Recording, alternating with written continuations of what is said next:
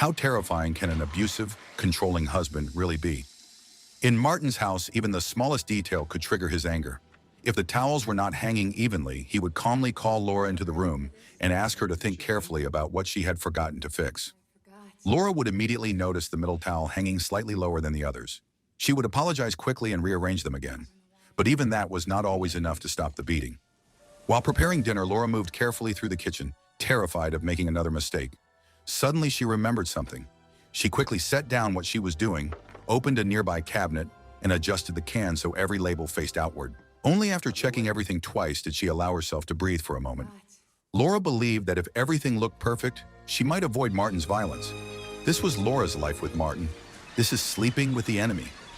Sleeping with the enemy. Outside the house one day, Martin approached their neighbor Kyle, who was standing on the dock.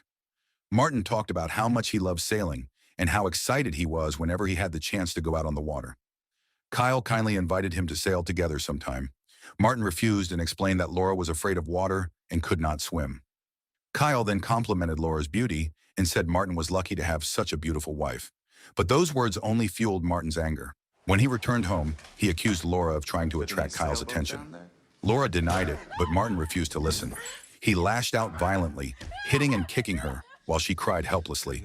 It was far from the first time. Laura lived in constant fear of him. Not long afterward, Martin came back and apologized. He tried to make peace by inviting Laura to go sailing with him. By this point, his cruelty had pushed Laura to start thinking seriously about escaping. Soon after, she was seen throwing a light bulb from the lamp outside their house, shattering it on the ground. No one knew why she did it. Life continued with Laura pretending everything was normal in front of her husband. The incident had drained away the last of her feelings for him. Even when they were intimate, she only pretended to enjoy it. One day, she gathered the courage to ask Martin if she could work full-time at the town library. Martin immediately refused. Working 3 days a week, as usual, was already more than enough for her. Martin said he did not want Laura to be late preparing dinner again, like she had been 6 months earlier, when she secretly went to a nursing home to attend what he believed was her mother's funeral. Not long after that, the two of them finally went sailing. At first, the weather was calm and pleasant, but soon heavy rain began pouring down, and strong winds battered the boat. The situation quickly became chaotic. One of the sails came loose, and Martin moved to fix it, leaving Laura sitting alone and frightened. While Martin and Kyle struggled to control the boat, Martin suddenly noticed that Laura was gone. Panic set in immediately. He assumed Laura must have fallen into the sea, especially since she supposedly could not swim. Search teams were sent out to find her, but hours passed without any sign of Laura. Eventually, the rescuers concluded that she could not have survived, especially after they discovered the life jacket she had been wearing. A symbolic funeral was held, and Laura was officially declared dead.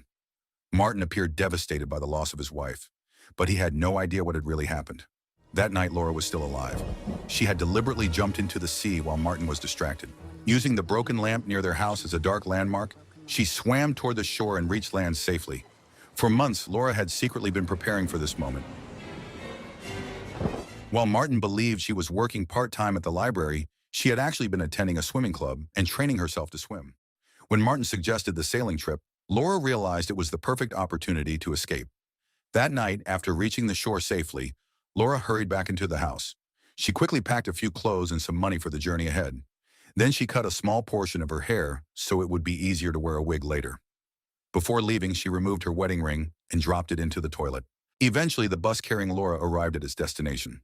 For the first time in a long while, she could finally smile again, as if she had just stepped into a life of freedom. Laura rented a small house and began living under a new identity, calling herself Sarah. She slowly organized the place that would become her new home. That evening, she quietly enjoyed the sunset, feeling a kind of peace she had not felt in years, a life without fear or control, a life that no longer felt like a prison. After taking a shower, Laura deliberately left the small towel hanging loosely instead of fixing it. It was her quiet way of refusing to live under Martin's suffocating rules ever again. Not long after settling in, a young man named Ben, who lived nearby, caught her attention. His clumsy and playful behavior made Laura laugh, and eventually Ben realized that Laura had been watching him the whole time. Meanwhile, Martin was walking along the beach near his home when he accidentally stepped on broken glass from a shattered light bulb. Only then did he notice that the lamp outside his house had been broken. In another city that same night, Laura went out to pick some apples. Ben suddenly appeared and warned her that what she was doing could be considered theft. He even suggested they could make some kind of arrangement, but Laura refused and immediately threw the apples away. Not long after that, Ben came to Laura's house carrying the apples she had dropped earlier. He apologized and explained that he had never meant to scare her. The two of them ended up talking for quite a while, and slowly they began to grow closer. The next day, while Martin was still at his office, he received a phone call from a woman who claimed to be Laura's friend. She expressed her condolences over Laura's death. According to her, she had heard the news from the swimming club where she and Laura used to meet. Martin was instantly shocked because, as far as he knew, Laura had never learned how to swim. He rushed home and began going through Laura's belongings.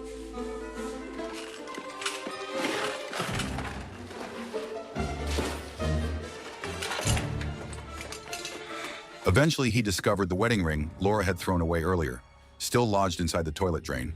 At that moment, Martin realized that Laura might have jumped into the sea on purpose to escape from him.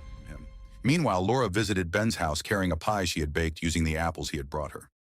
During their visit, Ben accidentally noticed a scar on Laura's forehead. It made him suspect that Laura had a painful past she was hiding. At that point, Laura introduced herself to Ben under the name Sarah. The following day, in another place, Martin began investigating the possibility that Laura had escaped. He visited the nursing home where Laura's mother had once lived. After speaking with the director, he discovered something unexpected. Laura's mother had never died. 6 months earlier, Laura had taken her out of the nursing home, claiming she wanted her mother to live with her at home. Not long after that, Laura managed to get a job at a local library, thanks to Ben's help. During one of their conversations, Ben mentioned that he had seen Laura in town the day before. He had called out to her, but she never turned around, even though he was certain she must have heard him. Eventually, Ben confessed that he genuinely liked her and wanted their relationship to begin with honesty. But Laura, still deeply traumatized by her past, rejected his confession. Disappointed, Ben decided to leave and walked away from her. Meanwhile, Martin grew increasingly suspicious and offered the police $20,000 to help locate Laura's mother. At a local celebration, Ben spotted Laura from a distance. He approached her and apologized for what had happened a few days earlier. During their conversation, Laura admitted that she deeply missed her mother, whom she had not seen for more than 6 months. Elsewhere, Laura's mother, Chloe, who was blind, stood unaware that Martin was quietly nearby. At that moment, Martin did nothing and simply observed from a distance. Later that night, Ben visited Laura and invited her to his drama studio. The two spent time there enjoying each other's company. Ben occasionally looked at her with clear affection. Their closeness continued when they returned to Laura's house. But suddenly Laura realized that what was happening between them felt wrong. No matter how far she had run, she was still legally Martin's wife. Overwhelmed by that thought, she asked Ben to leave. The next day, Laura decided to be honest with him. She finally shared the painful story of her life with Martin.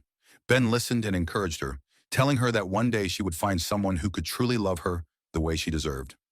Not long after, Ben helped Laura disguise herself as a man. Laura wanted to visit her mother at the nursing home, but she could not risk anyone recognizing her. Chloe was overjoyed when she was finally able to meet her daughter again. Laura told her about Ben and the new life she was trying to build. What Laura did not realize was that Martin happened to be in the same place that day. He approached one of the nurses and pretended to explain that his sister Laura planned to visit a patient named Chloe. He asked the nurse to contact him if Laura appeared. Soon after, Martin walked toward Chloe's room, where Laura was still inside. Luckily, when he opened the door, the room appeared empty. By sheer coincidence, Laura had just stepped into the bathroom moments earlier. In fact, Laura and Martin came extremely close to crossing paths when Laura stopped to drink from a public water fountain. But because of her disguise, Martin did not realize the person standing right in front of him was his own wife. A short time later, Martin was called over by a staff member who had learned why he was there.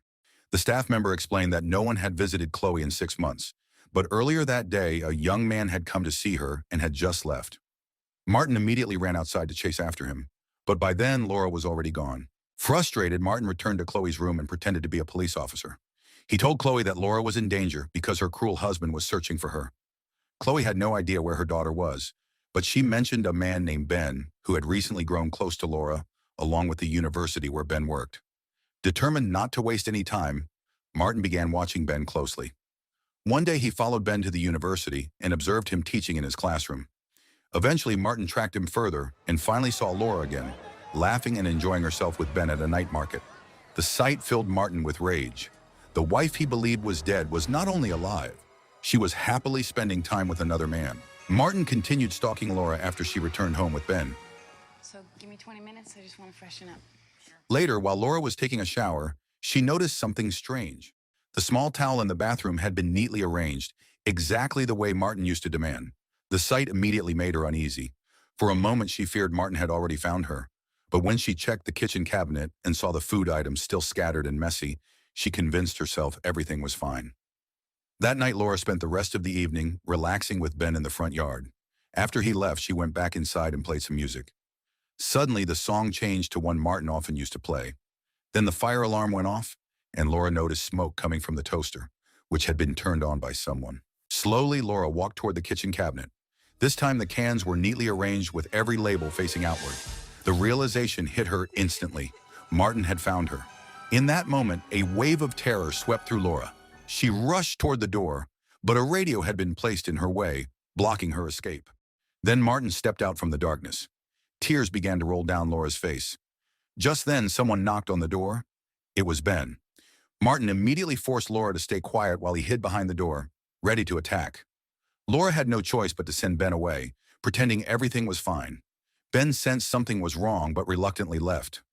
A moment later, Ben heard movement inside and rushed back in.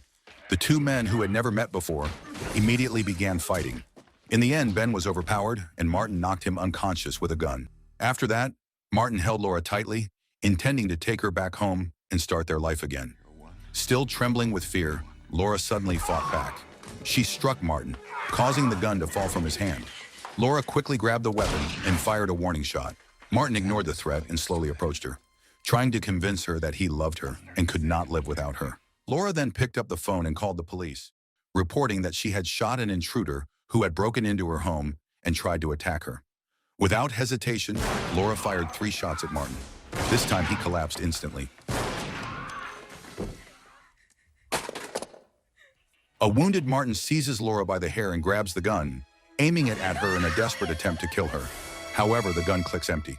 Martin then dies from his wounds. Laura and Ben share an embrace while waiting for the police. So the moral of the story is, if your husband obsesses over towel symmetry and soup can alignment, maybe start swimming lessons early and keep a bus ticket ready.